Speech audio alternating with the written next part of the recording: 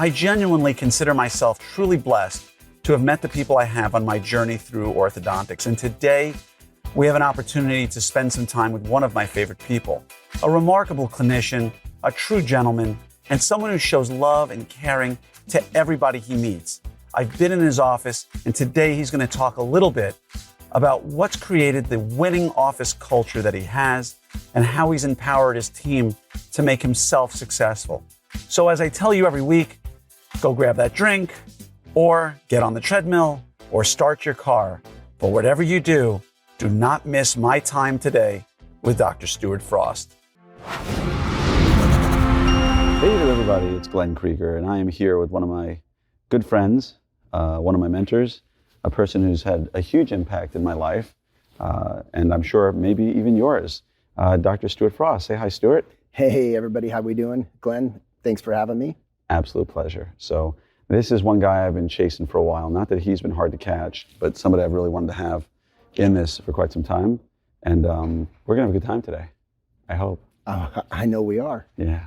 So to everybody out there, we're doing this interview while we're at a CE event here at Draper University in San Mateo. And we just had to move into a bigger room, which has a bit of an echo. So I apologize if you're going to hear a bit of an echo. But I just want to ask you, Stu, I know your dad was a dentist. I know your brother was a dentist. So let's get started with you telling us a little bit, if you don't mind, about what made you go into this field. I mean, why did you get there? How did you get here? And tell us a little bit about your past. I knew that I wanted to be an orthodontist. It's just that if you're not in the top 5% of your dental class, it's going to take a while. And so, were you just as historically speaking, I was a horrible student when I was in school. I was horrible in high school. I was horrible in college. And I was great clinically in school, but I was what they call a non-traditional learner. We didn't know about it until later on, until I got out. So I knew the information, I just couldn't test it properly. And so I was never a phenomenal student at any point. And what about yourself? Are you saying you were not like an amazing? Yeah. So it's interesting. I went into University of Pacific with 60 college credits. Wow. I'd never taken anatomy and physiology, no biochemistry. Wow. No cell biology, nothing.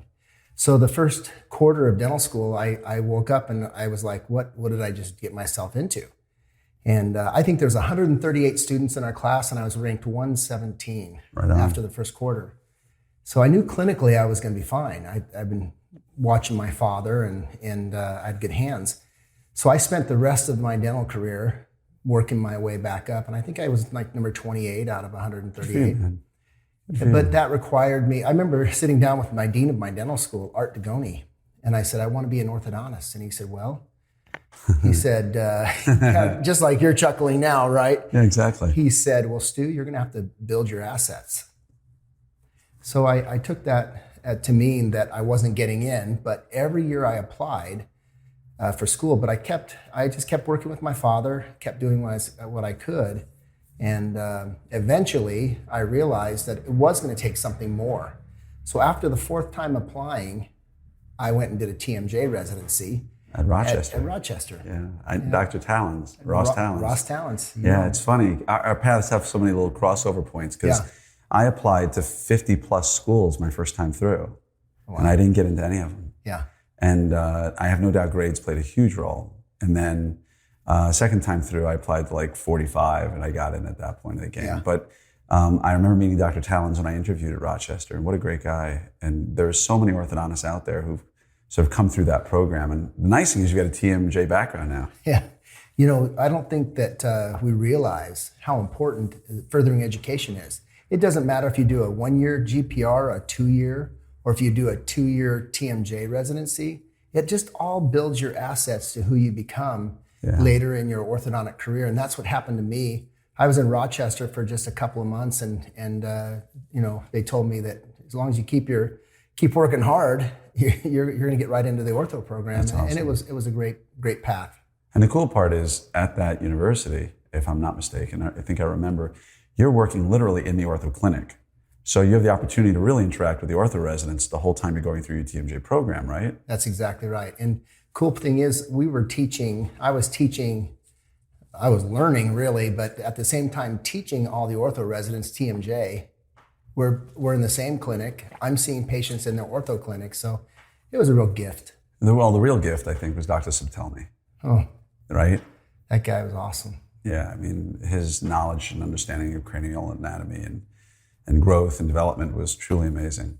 You know, it's funny because I draw on that information from Dr. Subtelny, his craniofacial, his ability to look at faces and help you diagnose what the face looks like. I draw on it every day. And you also, if I remember correctly, that's where you really developed your relationship with the Damon system, right? That's where you really started learning about it. And just at this point, it's very fair for me to say, I don't care what company someone speaks for. I don't care if they made $10 million a year or did it for free. I value the person more than the product, right? And so, people see Stuart Frost, the face of Damon, right, so to speak. But at the end of the day, I've been in your practice twice now. I've watched you work. You're one of the, and I don't want to sound like I'm kissing up to you here, but I think many would say you're a master clinician. Thank you. Your finishes are spectacular. I've watched you finish. You've inspired me, a former restorative dentist, to pick up the burr at every finish, which I wasn't doing enough. And it was you that inspired me that now when the brackets are off and the cement is cleaned up, I sit down with a burr and I reshape the teeth and I do what I did before I became an orthodontist. Yeah, awesome. So, but I want to go back to that and say, I don't care that you are a KOL, a key opinion leader for Damon. That is nothing. That is a small part of who Stuart Frost is. And anybody who knows you knows you are way more than the bracket system you use. I mean, we'll get into that a little bit. But tell me about how you got started, because I know the story, but I don't think anybody else out there does. Well, I'm a big believer, and I believe in God, and I'm a big believer that He's in control of our lives. Too many of us try to direct our own lives, and we think we're in control, but sometimes it just takes surrendering our will and let Him direct. So I thought I was supposed to be, I thought I was meant to be an orthodontist coming out of the University of the Pacific ortho program. I loved my dental career there. I loved the humanistic approach. And so I kept getting frustrated every time I applied to UOP and I didn't get in. So for 4 years in a row, I was so frustrated and I'm like, God, what's going on here? What's happening? And it wasn't until I just stepped back and let Him direct. I got right into the TMJ program. Within a month of being at Eastman Dental Center, I was classmates, or I was in the ortho space with Paul Damon, Dr. Damon's son. And they started talking about his dad coming and showing the program a new bracket that he'd created. What year was this? This was 1997. Right. September of 97. So they said, hey, would you want to come listen to him? And I said, absolutely. So it was a Saturday, and I sat on the front row. And you can imagine in this auditorium, I was on the front row, and there was like 12 rows before then all the ortho residents. And then above them were all the faculty and Dr. Subtelny. And I just sat and listened to Dr. Damon for a few minutes. And I didn't know him. I didn't know what he created. I didn't know anything about him. But what I realized is that he was showing something completely different than I was experiencing as a general dentist. As a general dentist in my community, I would send patients out. They would be gone for 2 years. Maybe they would come in for cleanings, but they would come back. And I would take Panorex or take bite wings, or I would look and I would see shortened roots. I was noticing a lot of perial problems, a lot of dehiscences, bone loss, and a lot of TMJ. And I'll never forget, I had one patient tell me, oh, my orthodontist caused my TMJ. And I'm thinking, that doesn't sound right to me. But when I watched all these patients in private practice, and then when I saw Dwight Damon, he was showing something completely different. I should say also, the other thing I was seeing was extractions, a lot of extractions. In fact, my own nephew went and got an ortho consult, and he came back that same day for me to pull his upper bicuspids. Wow. And I'll never forget pulling the bicuspids, because I'm thinking, what am I doing? What am I doing? So fast forward to Rochester and Dwight Damon, and he's showing these beautiful, broad smiles. The gum tissues look beautiful. There's no bone loss. There's non-extraction for the most part. There was a few he showed, but there was non-extraction for the most part. But the overall treatment that he was showing was just different. And I remember thinking to myself, wow, this is different than what I've experienced for 5 years, and I want to be a part of that. So immediately when I got accepted the next year, and Paul Damon was a senior and I was, in my first year, we started treating some cases. It was funny, Glenn, because we'd put the brackets on, and then we would put the 0-4 copper eye tie in. The patients would come back 10 weeks later, and I said to Paul, what do we do now? He'd say, I don't know, let's call my dad. So he'd get on the phone, he'd call his dad, and his dad would say, hey, put this 1625 copper eye tie in, and we treated that way for a year. And I just realized that there was something different about this technique, this bracket, this system, and I wanted to be a part of it. So in 2000, when I graduated, I started using the Damon system. Of course, it was the most expensive bracket back then. It still is today. It was back then. But I knew that there was something different to this technology, and I wanted to be a part of that. And that's why I put it in my practice right away. And your outcomes are beautiful. And thank you. And I think, when I was in ortho residency, I remember my faculty telling me, the tooth doesn't know what bracket it has on it, right? And that's sort of a very simplistic way. And I respect that opinion to a point, right? There's twin, there's active self-ligating, there's passive self-ligating. And I think you could go around the world and find clinicians who give spectacular results with any bracket system. No question. I have no doubt I could find for you Billy Joe Jim Bob's ortho bracket, right? He just came out with a really nice, catfish flavored bracket. And you could put it on patients and give them a beautiful result because your bracket placement is amazing because you've taught courses on bracket placement. Your finishing is amazing because you teach a course on finishing, both of which I'm going to attend. And you manage, and I've watched you manage a clinical. And so, I think on one hand, we can say that any bracket can get you a decent result. Sure. But I also believe, like a great chef, right? The right ingredients in the right hands work well. And there are some people for whom I think a self-ligating bracket might not work in their life. And I think there are people for whom, I know for you, a twin would not work in your life. Yeah. And I just think we have to all accept that and stop pointing fingers and screaming and yelling, this company, that company. It's not about the company. No. It's about our placement and what have you. No. And I've loved watching what you've accomplished. Thank you. And can you mind if I just say something about that? Sure. I think it's really important for our group here to understand that I really don't care what bracket they use. I don't care if they are Henry Schein. I don't care if they use American or Ormco. I know for me, like you said, what works for my hands, but I think that what I don't see in our profession today, which I hope to have, is a collaboration across all platforms, all companies, all bracket systems. It'd be great. We need a collaboration. We need to work together to create beautiful finishes more than ever before. And do I speak for Ormco? Yes. Do I like their products and innovation and their R&D? Yes. But I mean, more importantly, when are we as a profession going to come together, support each other? Yeah. I mean, right now I see a lot of groups on the social media groups on Facebook that are in orthodontics. Right. And I'm seeing some of these groups that people are pointing fingers or are getting passionate about one type of extraction or non-extraction, and people are not being nice. I know.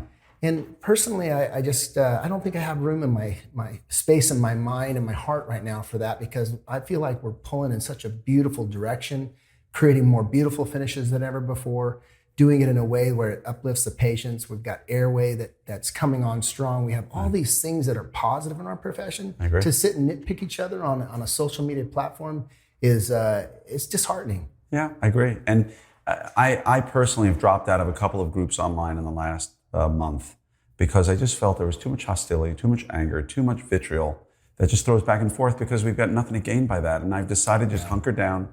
Orthopreneurs is a place where nobody will ever fight, yell, scream. I won't tolerate it. Negativity is not going to be there. We're about positivity. And for everybody out there who doesn't know Stu I will tell you that what you're hearing from him now is how he lives his life. I've stayed in your house, right? I've had dinner with you and Christina. Yeah. And he is truly like this master clinician gentleman who really, I don't ever think I've ever heard you talk bad about people. I don't ever, even if I came to you and I would show you a case where probably if I put the brackets on upside down and backwards, you'd probably gently pull me aside and say something along the lines, well, each bracket has a purpose.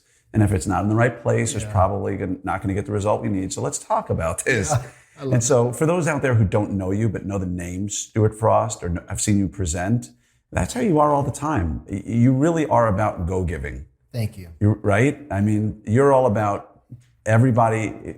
If we all give into the pot, we all get the same amount out of the pot, right? Yeah. And the more you pay forward, the more you get back. Yeah, we live in a world today where it's all about me.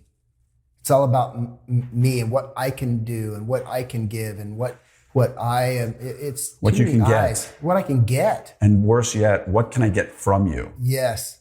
And I think that's the true inner authenticity to fight that. We're all, by nature, that's us. Yeah. It's humanity. But I think the ability to really give and to help everyone, that's what it's all about. I agree. And I want to touch on a couple of things you've talked about so far.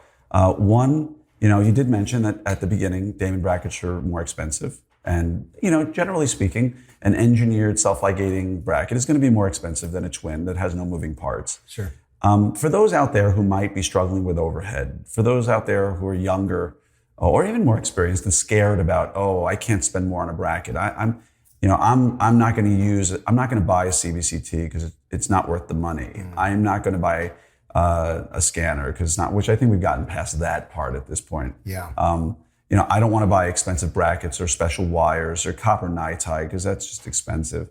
How do you personally reconcile the idea of, these brackets I'm buying might be 4, 5, 6 times the price of another bracket? What would you say to somebody out there who says, I just can't get around that? Well, I have to go back to my father for a second because in 1992, when I graduated from dental school, I was at my dad's office and maybe 6 months there, a big box showed up at the front door. UPS dropped it off. And I remember my dad getting this cool grin on his face. And he opened it up, and it was a Fuji cam, dent cam. Do you remember those, Glenn?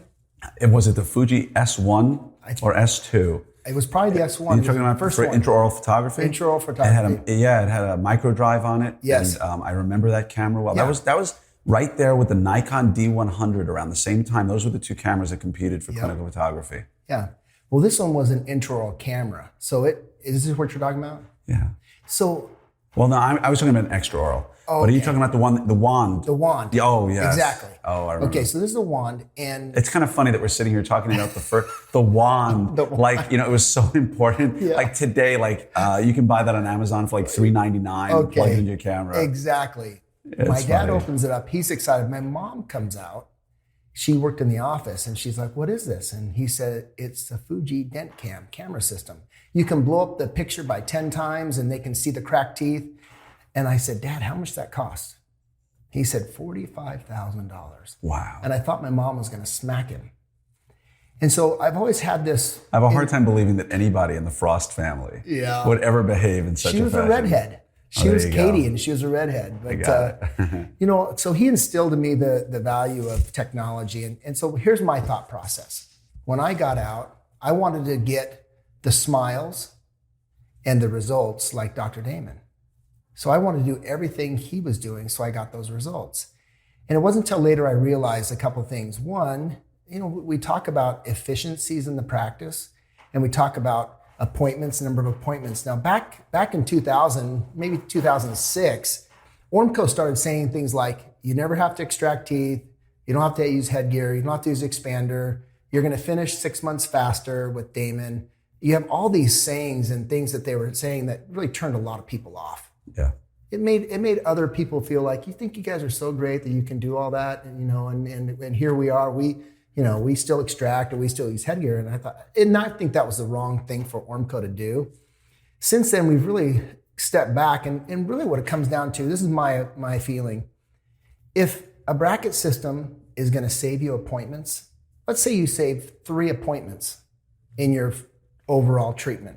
If the national average for treatment with braces is 24 to 27 months, and now you're treating in 18 to 20 months, That's 3 appointments. And if we calculate out per appointment what we get in money, you know, if it's $200 an appointment or $300, whatever you're efficient at, you think about that, that's $600 to $800. If you're more efficient, then the numbers pencil out.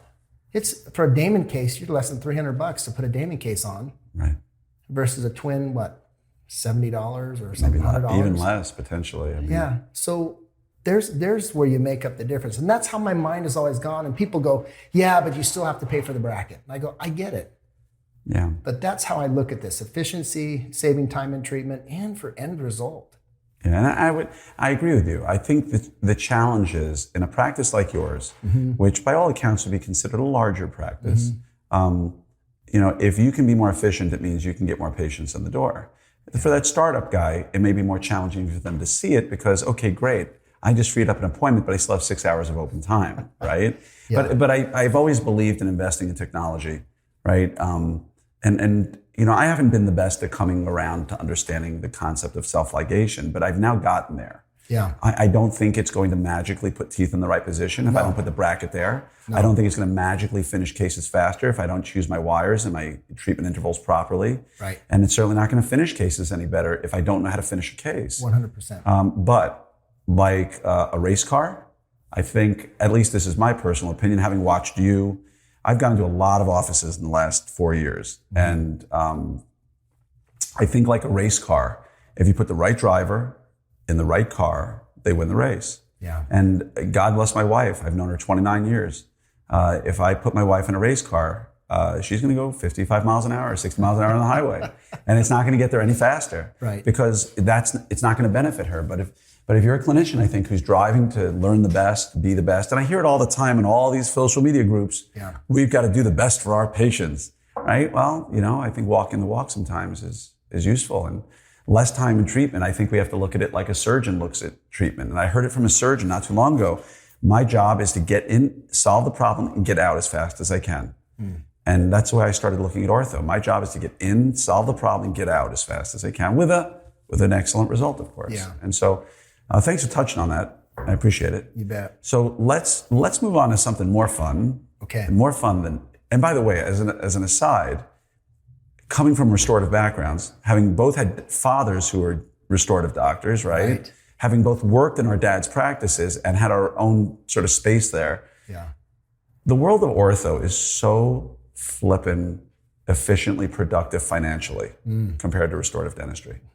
If you've worked in restorative dentistry and you've paid lab bills and all the other things that go with it, and a hygienist, you know, $40, $50 an hour, you recognize that the cost of your bracket, while slightly substantial when you pay for it, there's rarely an orthodontic practice that runs at 70% overhead, 72% overhead. It just doesn't happen unless you're really kind of in a tough bind. In restorative, that's not uncommon. Yeah. So going from restorative to ortho, our margins are so different. I mean, even an inefficiently run ortho practice is at 60%. Yeah, we're still ahead of the ball game. You know what's interesting? I go back to that, and I don't want to take us all the way back, but when I was a restorative dentist and cosmetic dentist, I mean, we had the same dilemma. We had one lab that would you could get a porcelain fused to metal. Oh yes, crown. You're right. And it was, I can't remember the metals. It was They did, well, you had semi-precious, precious, and non-precious. Right, so the non-precious, you'd pay $100 for a crown. Yeah. But if you did the semi-precious or the precious, which I felt like were the better crowns, would last a long time. Yeah, those things were going to stay in there forever. And it's the same thing. It's the same thing. I remember paying $17,500 for the lab bill for one case. Yeah. One case. It was a zirconia bridge, zirconia upper and lower hybrid case, 17.5. Right. Swiss trained. I didn't care. Yeah. My patients deserved it. I just charged more. That's right. And they did it. And you probably, if you would have used non-precious, it probably would have cost you $12,000. If I'd used metal, it was all zirconia. It was beautiful. Yeah. But yeah, it's a great point. I never thought of it that way. Yeah. I really like that. Yeah. So let's go back now to culture, because we talked about The Go-Giver, which I know is a book in your life. Yeah. Yeah, you like that. Yeah. And I've been to your office and I've integrated, I've borrowed, not stolen, some of the stuff you do culturally in your office. And talk a little bit about, because I could describe it, but I'd love to hear you talk a little bit about the culture in your office and sort of your team members. For those of you out there who've never been to Frost Ortho, it's like watching a symphony because all the players know their role. Every one of them has a smile on their face. They are all so eager to help people. You feel when you visit like you're in royalty. I'm sorry if you're going to get 1,000 requests to come visit. He's teaching educational programs with, what's the name of your? Frost Smile Academy. Yeah, so the Frost Smile Academy, relatively new. He's teaching all sorts of stuff. And just as a quick shameless plug, if they want to learn more about it, where would they go? drstuartfrost.com. That's with a U, not an EW. That's so right. Everybody knows. That's right. But if you ever get to his office for any of the courses or get to see what's going on, you will see a culture that drives everything. Every person is smiling. Literally everybody's there, like a concierge level service. And we don't talk about it. He actually lives it. The morning huddle is about thankfulness, goal setting. It changed my practice after I came back from yours the first time, awesome. Where we all do hands in the middle, awesome day on 3. Yep. It's like being part of a team. If you played college or high school sports, it's like being part of a team and everybody knows the part they play and they play it well. And so how did you get there? Right? Because I know right now, listening to this podcast, there are tons of people out there who can't even find a team member, let alone develop an office culture because the car keeps getting stuck in the mud. Right. What advice would you give them out there? How did you develop what you did? I know it's a broad question, but try to hit it the best you can. Sure. Well, it's interesting. We're all on a journey. Some of us are in the beginning of the journey. Some are halfway through. Some are towards the end. And my journey started off in 2000 with the goal to be the best orthodontist in the world. And that sounds a little, pretentious and everything, but that was my goal. And so for the first 10 years of my practice, all I focused on was beautiful finishes. I called all of my team members, they were all staff members. I didn't have a team. I had an office with a bunch of people in it. And so for 10 years, that's all I did, is I created beautiful finishes. And I realized something is that I created these beautiful finishes in my community, but yet my practice wasn't growing at an astronomical level. And one other thing that I realized is that I didn't like being the boss. I didn't like being the leader in the practice. I don't know why that is, but I was too interested in the finishes and the outcomes to deal with all the other stuff. So about 4 years ago, I realized that I had a little epiphany in high school, and I'm not to go back to high school, but we all love to go back and live those glory days, right? When you were hitting people on the gridiron. I was on the gridiron and linebacker, right? Yeah, I was middle linebacker. Anybody ever seen Stu on the stage?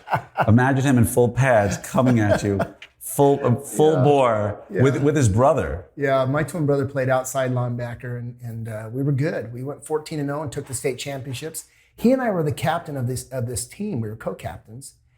And I realized, I was looking back and thinking about my life, and we learned more about life than football. And the team had a cohesiveness about this team that was unbelievable. We got along. We had these things called perfect plays. Our coach would have us at the end of practice, he'd say, we're going to do 3 perfect plays. And he described it as this. We come to the huddle, it's perfect description of the play, perfect running to the line. Everybody has a position. Everybody goes on the set hike, and everybody executed and did their downfield blocks and hustled back to the huddle. If anybody missed their play, missed their block, fumbled, was lazy, coach would say, do it again. And we would spend hours at the end of practice. The sun would be going down until he would raise that football up and say, perfect play. And, it taught me a lesson that each person on our team had a job to do. But you can imagine, we're in here out there, the sun's going down, it's hot, we're tired, and somebody screws up. You get back to the huddle, what happens? Somebody says, damn it, why'd you do that? Come on. And you see the breakdown of the team. And then the leaders would step up and say, hey, let's get back together. Let's go. We got this. Come on, let's do this. And we'd have 3 perfect plays. Well, about 4 years ago, I realized that I have to be the leader of my team. I have a team. Every day I walk, I go to a team. And if I want to hit the state championship, I got to put the team together. It has to fall on me. So what I realized is that I had no culture in my practice. I had no culture. The culture was me creating beautiful smiles and treating people good. And then some of my team members would also kind of fall in place. And I realized that there's more to it. In fact, the being very transparent here, everybody knows Scott Law in the ortho space. I went and saw Scott Law's practice about 4 years ago. And I walked in and I felt the culture. I felt the leadership of what he was doing with his practice. Now this is way before Smile Doctors and a couple hundred practices. This is when he had 2 practices. And I said, whoa, something's different here. And he tried to explain to me what he was doing, but I couldn't grasp it. I went back to my office and I told my wife, I said, I got to do something different. I just witnessed something magical here. And I called my nephew up, who's Chase. And Chase and my son, Brad, they run the Frost Smile Academy. And Chase was on one of the earlier podcasts with Mike Vidikin, a futurist in MBA. I think it was 2 or 3. But anyway, Chase, I'm pretty high energy. Yeah. Chase. Oh. He'll make both. Chase is a jackrabbit compared to me. Great guy. Yeah. Great mind. Yeah. Really nice, really honest. And I know what he does for you behind. Everybody needs a Chase Frost in their life. Or a Mike Vidikin. No question. I called Chase on the phone. He was working for a company called 6th Division. They would teach businesses how to incorporate Infusionsoft. And then he would teach them how to grow their businesses. And I said to him, Chase, I need some help here. I need culture. Where do I go? And he said, come down to my business. I have a guy. His name is David Bonney. And he teaches a course. It's a 1.5-day course. It was only $5,000. And which, by the way, for the record, yes, people out there just heard you say it's only $5,000. Yeah. And they don't realize it's a drop. It's a lot of money, right? But it's a drop in the bucket compared to what you're going to get out of it. Yeah. You know what? I would have paid 10. After knowing what I know now, I would have paid 10. Would you have paid 50? I probably, knowing what I know now, it'd be close. I think I'd pay 40. 42.5? Yeah, man, we can negotiate. So anyway, so you went to David Bonney. Yeah, so we sat for a whole day, and he helped me identify what my core values were on the inside, and then what I wanted my core values to be in my practice. Right. We sat down and identified that, and then he taught me how to hire to fit. I like that. Hire people to fit my core values and my practice, and that changed everything. I went back. He said to me one interesting thing, and I think all of the listeners out there need to realize this, that if you're going to do this, and you're really going to say, I need to be a leader and I need to change the culture, be prepared that you're going to probably lose 80% of your team members, but you're going to replace them with those that are amazing. So the truth of it is 5 years later, I have 2 team members that are still the same from 5 years ago. Everybody left because they didn't fit the culture. They when they start realizing, I didn't fire everybody right away. People start realizing they're not fitting and then they move on. And people get so upset sometimes. My assistant just gave me notice. Great. Yeah. Unless you, and I think it's important to recognize that a lot of times, I want to take back great, because it has to take into account the fact that you've already developed your culture and that you're being honest with yourself. Yeah. Right? Because a lot of times, she gave me notice. Well, great, she doesn't fit anyway. Well, maybe you didn't set the culture the way it needs to be. Maybe you're not looking yourself in the mirror, right, and becoming the leader you need to be. That's right? Good. So when people hear it and say, well, she doesn't fit my culture, I'm getting rid of her. Well, time out. Because before you do that, you need to develop your culture. And if you think you've developed your culture, you probably haven't. You know what? That's so true. It's so true. And I think that the biggest thing I learned is that I have to stand in front of that mirror every day and remind myself, hey, this isn't necessarily about me. It's about everybody there, and I could be wrong. And you said it right there. And so that was what happened for me. I went and I said, okay, I'm going to change the culture. I'm going to change the fit. I changed the huddle. My morning huddle consisted of this. Hey, welcome everybody. Who do we have coming in today? Exactly. What are the problems? Who are we going to talk about? What mother are we scared going to come in and give us heck, and who's going to rip us a new one? Who's going to rip us a new one? Who owes us money? I was about to say, who owes us money? Who owes us money? Okay, make sure you don't progress treatment on that person. That was our morning huddle. And that's the morning huddle of most of us. Not me anymore, but the people out there listening. Yeah. Talk about a negative way to start your day. Oh, I don't do those anymore. No. Because I walk in the door, and if you start talking about that mom who's negative, I don't want to hear it. No. I drive the culture from the top down. I learned that from you. And if they start saying, oh, this one owes money, this one's late, this one's the tough one, you get into a negative mindset. Yeah. And then all of a sudden that negative mindset somehow comes out and it starts trickling down. Yeah. And I realized I was toxic.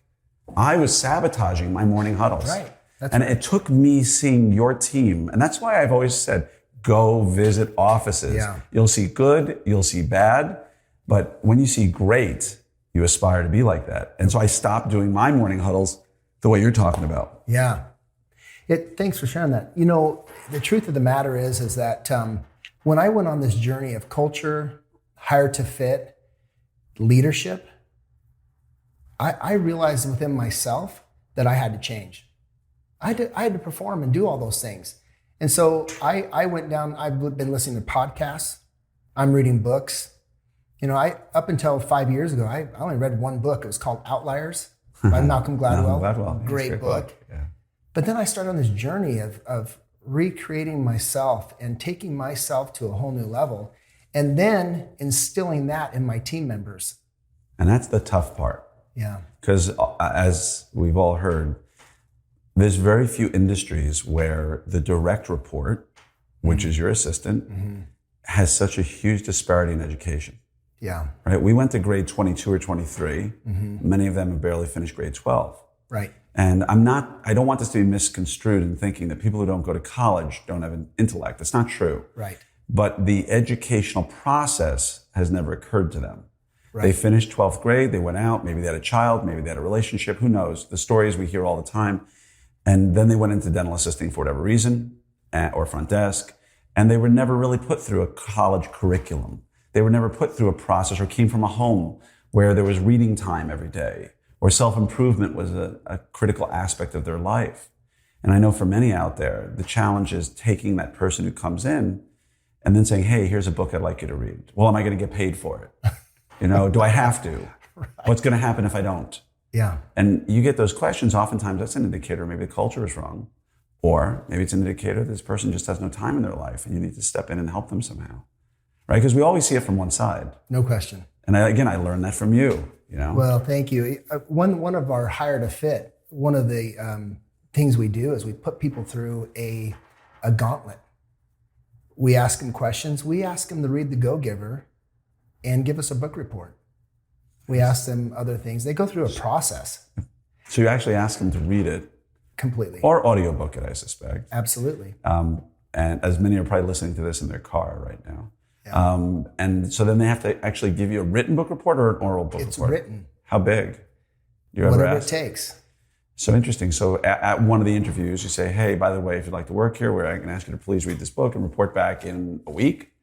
We ask them to read it within a week so we can get this process moving. Wow. And then they come back in. So there's a gauntlet that's involved, and this is probably a podcast that would take a whole hour to go through it. But what I found is this, Glenn, is that I started investing in my team members. I put them through a Frost, if you will, a Frost Academy or Frost University, because what I wanted to do is raise their culture, raise their emotional IQ by being a part of this team. Amen. And I realized that it started at the morning huddle. So what we do in our morning huddle is we start off, the girls are there by 7:15, and they're going through the back office. My daughter Megan she's a rock star, by the way, and I know you know that. Megan is, by the way, if Megan was not your daughter, I would go out and ask her if she's willing to relocate and work in my practice, because she is. But honestly, Megan is an A++. Yeah. And everybody else in your office is an A+. Yeah. So it's not like she stands out so much above them. She's just amazing. Yeah, thank you. She meets with the back office team at 7:15. They go through the cases for the day. At 7:30 on the dot. Now, I never miss this time. I want them to know that this is the most important thing in my life right at that moment. I start at 7:30 and we have our huddle. Now, our huddle changed. And I watched Scott Law's team do this, and I wanted to do it a little bit better because I think they did it great, but I wanted to do it something a little different. So it started off with, I said to them, we're no longer doing the huddle the way that we used to do it. And they looked at me funny, and I said, this time, all we're going to do is recognize the greatness that we saw in each other either yesterday or what you think about people, and we're just going to share that with each other. Blew me away. Yeah. Blew me away when I was there the first time. Yeah. Can you imagine? First of all, that first huddle, maybe we only had 2 comments and everybody stared at each other. The silence was pretty deafening. But can you imagine a team that goes home at the end of the day and they know they're coming back to this huddle the next morning, so all they're thinking about is what happened that day that was good. Yeah. Because they want to share with their teammates what they recognize in each other that was great. And now we call this framing. One of the things I learned from David Bonney was he said, one thing, if you're going to create this culture in your practice, if you see somebody do something in your practice that's part of your culture or core value, he said, frame it.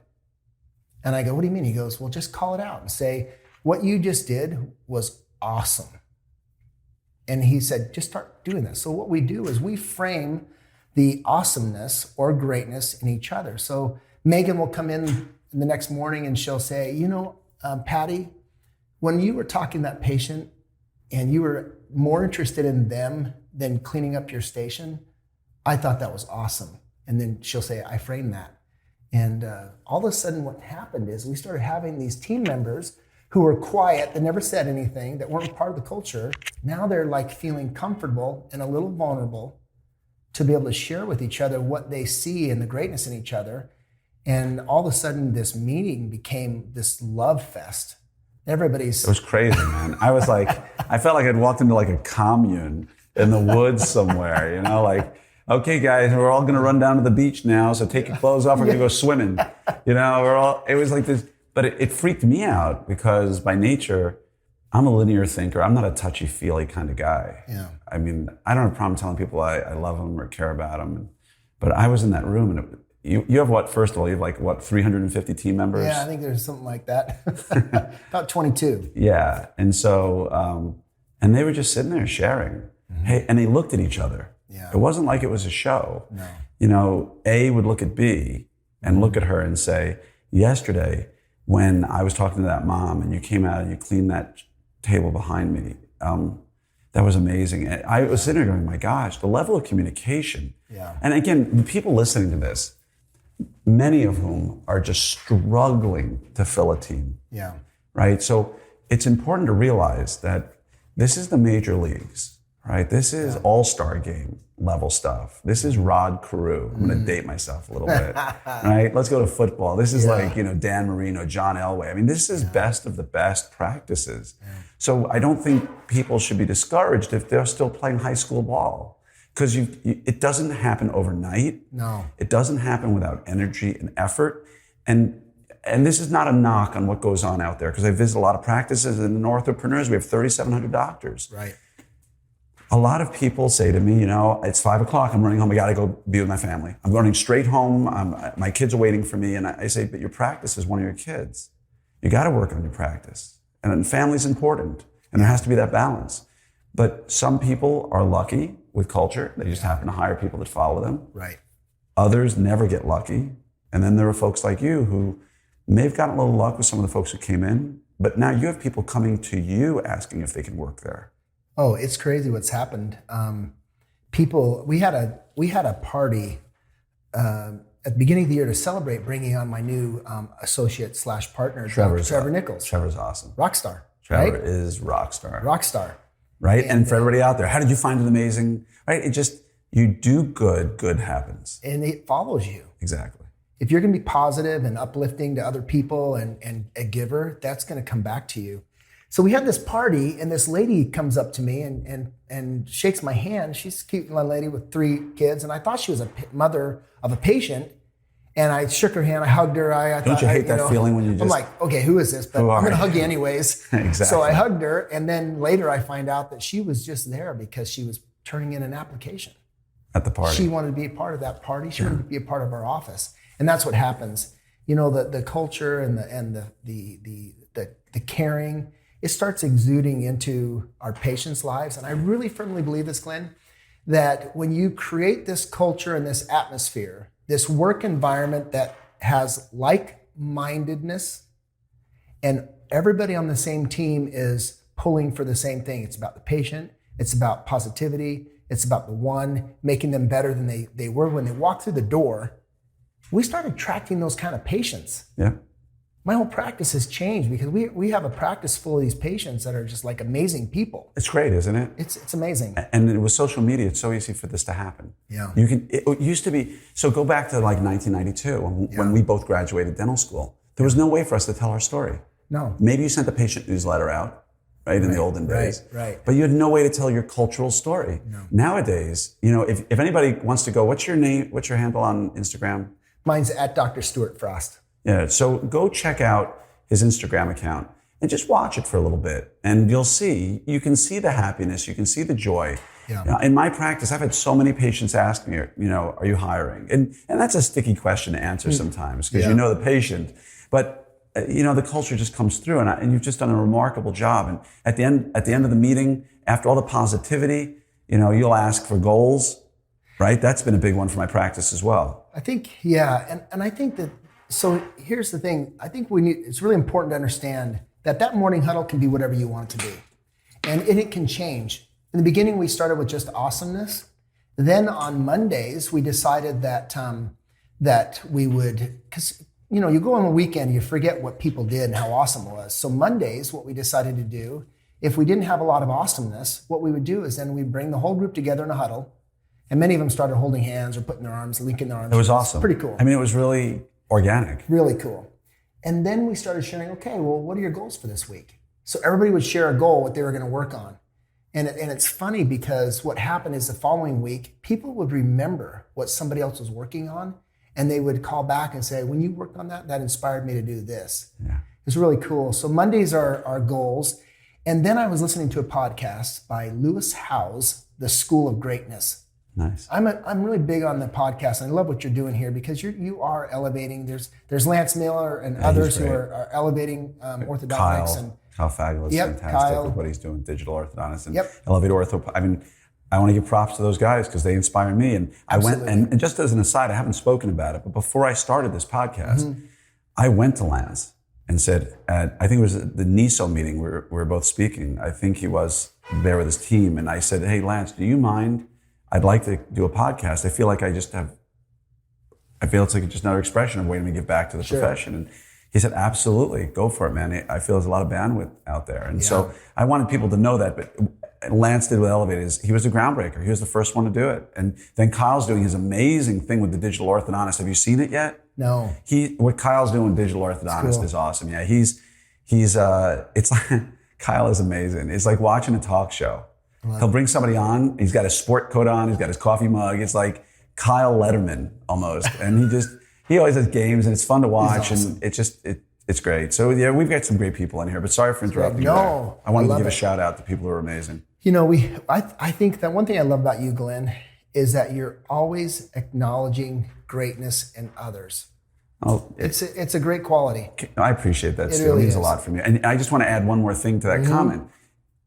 I learned, again, I hate dating myself, because you and I are within a year of each other's age. Yeah. We're both 27. Yeah, and a half. And a half, yeah.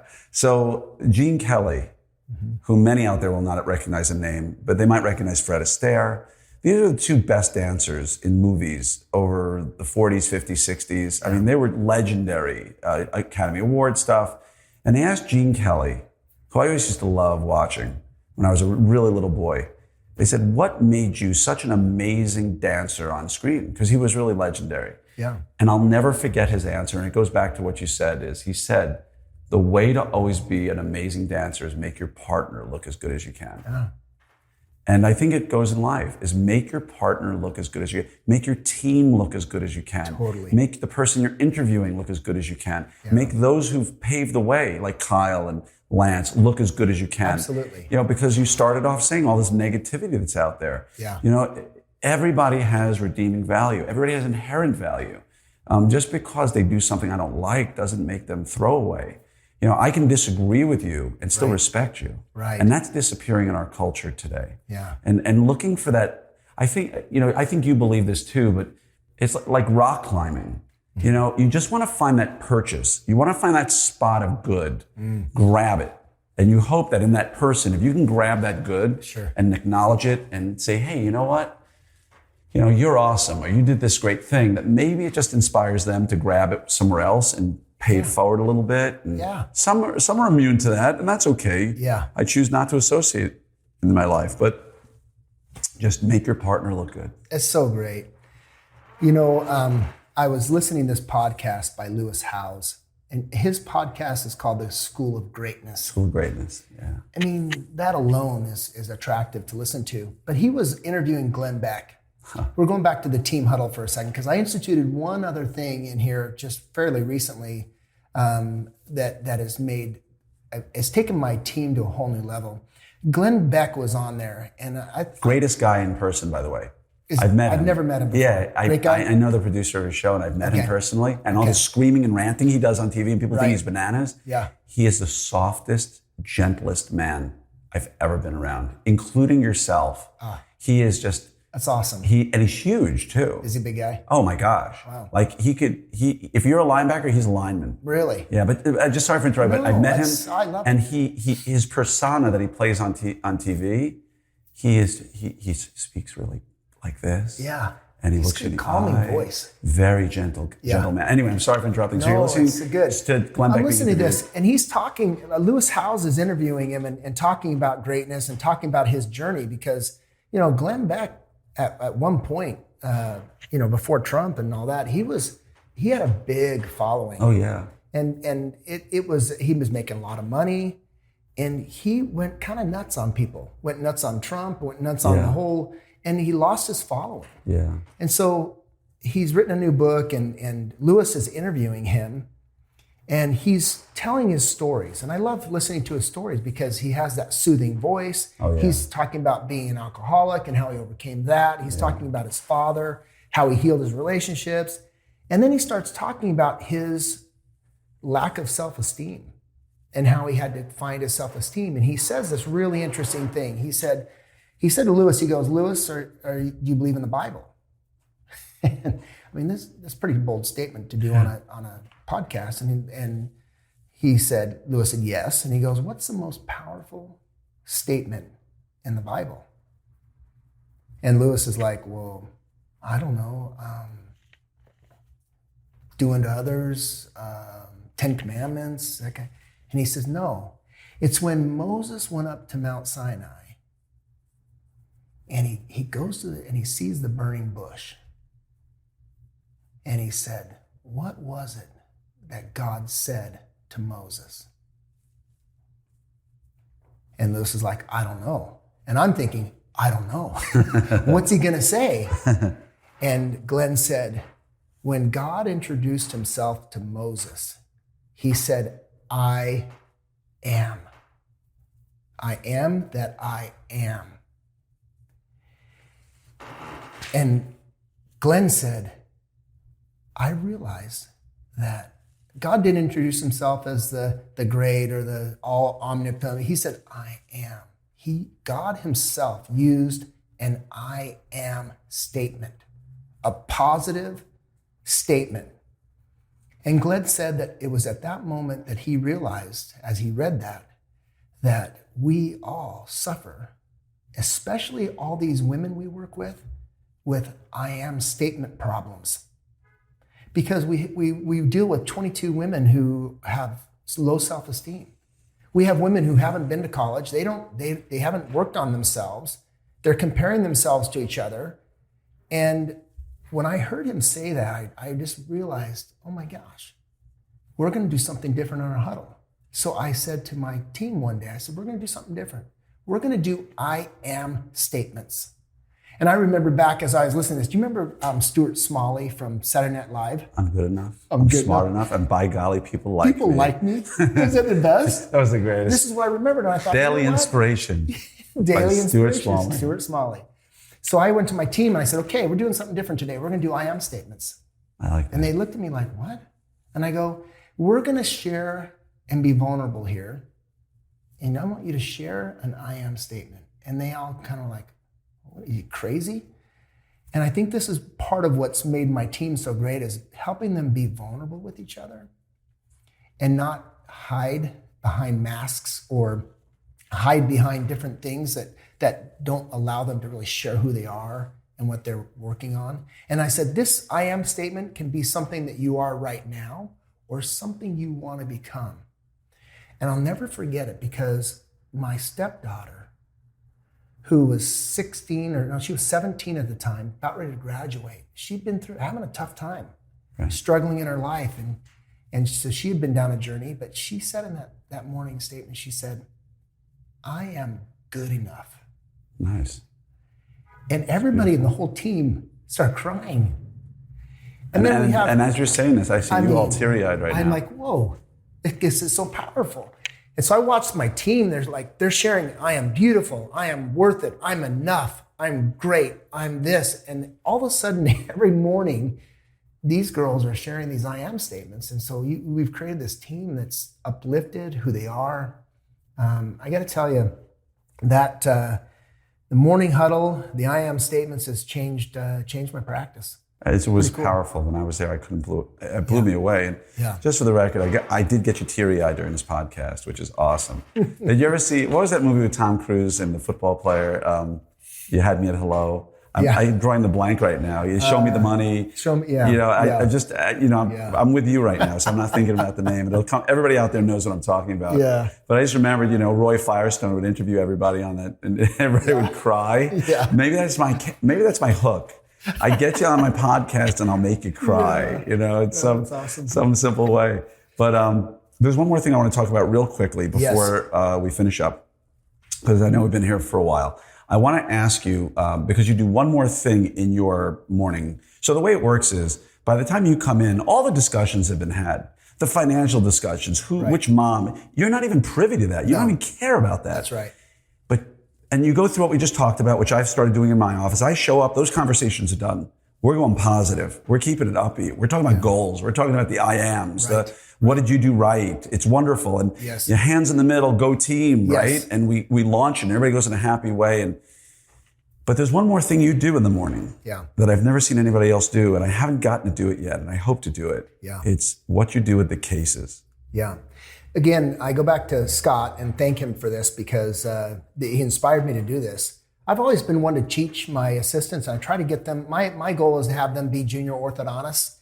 And I watched Scott, what they did was they'd break up into little groups and they would talk about the cases that were there. But what I did is I bring everybody in my private office, not big enough for 22 people, but we shove everybody in there. And then I have the assistants who are bonding up or doing a case that day. I have them present to the whole team what the case is, what the treatment plan is, what the torques for the different teeth are. And I've seen that. And then we talk about it. It's amazing. You get like 20 people crammed into your private office with 3 screens. Yeah. And you show them the case, just like we all did in diagnostic conference. It's diagnostic conference. It is. Without grilling them. You're not asking about papers and literature, but you'll say to them, okay, what kind of torque we're going to use in these lower anteriors? Right, and why? Well, they'll answer, why? Anybody? And they'll guess wrong, and it's okay. Yeah. But boy, they guess right. And they know what they're doing. And your assistants could, I'm not saying they could treat on their own, but they sure understand why they're doing what they're doing. Right. And when you get to the chair, they explain to you in terms that you understand very easily that this is what we saw, this is where we are, here's the wire I think we need to go into. Yes. I've done this offset, whatever whatever's going, and you say, great, looks wonderful, good job. And then you compliment them and they look like a rock star. Yeah. Always make your partner look good. And I love that. Empower your team. Exactly. Make them look good. Trust them. Hire the right people, train them right, trust them.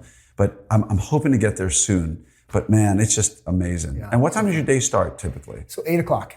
So they get there about 45 minutes before the day starts, and about 30 minutes beforehand, you have your meeting. That's right. Yeah, it's beautiful. It's beautiful. For those out there who want to change their practice overnight, just get the negativity out of the morning huddle. I don't care if you're a morning person, suck it up and deal with it. Yep. And the other takeaway is that it's not just practice makes perfect, it's perfect practice makes perfect. Just like you said about football. Absolutely. Perfect practice makes perfect. Yeah. Right? So before I let you go. Yes. If you've ever listened to any of my podcasts, and I'm not going to ask you if you have, because I don't want to go home and cry. I have. Student, listen to my podcast. Yeah. There's 10 questions I always try to finish with. Okay. One in particular is going to be remarkably difficult for you. Okay. Just do the best you can. You got it. Because I know you well. Yeah. So these are the same 10 questions that James Lipton from Inside the Actors Studio had asked all of his Oscar award-winning, interviews for 20 years. And I thought it was so great because you get some good insight to people. So, okay. You ready? Just Yes. whatever comes to mind. Got it. What's your favorite word? Awesome. What is your least favorite word? Can't. What turns you on creatively, spiritually, or emotionally? Whew. Authenticity. Ooh, I like that one. What turns you off? Negativity. What is, I can't even ask you. What is your favorite curse word? Oh, shit. There you go, Stu. Right on. Right on, Stu. That's the word I'll say if I'm dying in a plane crash or something. Yeah. First thing that comes to my mind. Oh, fudge, we're going down. No fudge, it's this shit. Yeah, go listen to Chases. It's a good one. What sound or noise do you love? Oh, it's beautiful music. What sound or noise do you hate? Yeah. Like horrible music, rocks, like headbanger music. Nice. What profession other than your own would you like to attempt? Plastic surgery. Really? Absolutely. Wow. Yeah. Interesting. We could fly you somewhere in the world, I guess, give you a scalpel, and I'd do it. you probably do it in, some hands-on course somewhere. Yeah. Nose jobs for orthodontics. Exactly. Yeah. What profession would you not like to do? General dentistry. Really? Yeah. So when you were a GP, you didn't enjoy being a GP? I didn't enjoy it. Interesting. It wasn't my passion. I never would have known. Yep. And last one, I know what's going to come here. If heaven exists, what would you like to hear God say when you arrive at the pearly gates? Well done. Beautiful. Well, like everything else in your life, everything is well done by you. Ah. Before we let you go, obviously I want to say thank you for this time. We're here together right now in beautiful San Mateo, California at a 2-day sleep conference led by the Stanford Sleep Team, which was amazing. Amazing. And so I really appreciated your time. I know everybody out there really appreciates it. I know you and I have been talking about playing around and collaborating on a few little fun things that will be out there when they get there. And I want to thank you personally for being such an amazing mentor in my life, being such a good friend, because I've learned so much from you that's helped me in my practice on a daily basis. It's been remarkable. Thank you. I truly say it. And again, Frost Smile Academy. Yes, and I'll say one other thing. I do have my Frost Orthodontics has a Instagram site. I think that's probably, people would enjoy that more than my own personal one. Sure. And that's at Frost Smiles. Okay. You can see what we're doing social media wise, because that's another podcast for an hour, right? Yeah. Oh yeah. That's a video podcast. Yeah. That's when I get that morning huddle on video. That'd be a fun one. Yeah. But yeah, you can learn so much from this man. We see him as the Damon dude. I've heard people actually, oh, he's that Damon guy. Yeah. If you put people in the boxes based upon the bracket they're using, you are missing 99.9% of who they are. The bracket they use is a clinical choice. The person they are is so much more. So he's an amazing gentleman, a great clinician, runs a great office. He does things in there that you will be scared to do, but you just need to take that leap. And so I want to thank you from the bottom of my heart for being here. Anybody has any questions, please feel free to reach out to me at doc@kriegersmiles.com. As always, I really appreciate you listening. Please tell your friends about this podcast. And as I think Stu would say, let's go out there and make the world a better place. Thank you, Glenn. No, sincerely, thank you. Awesome.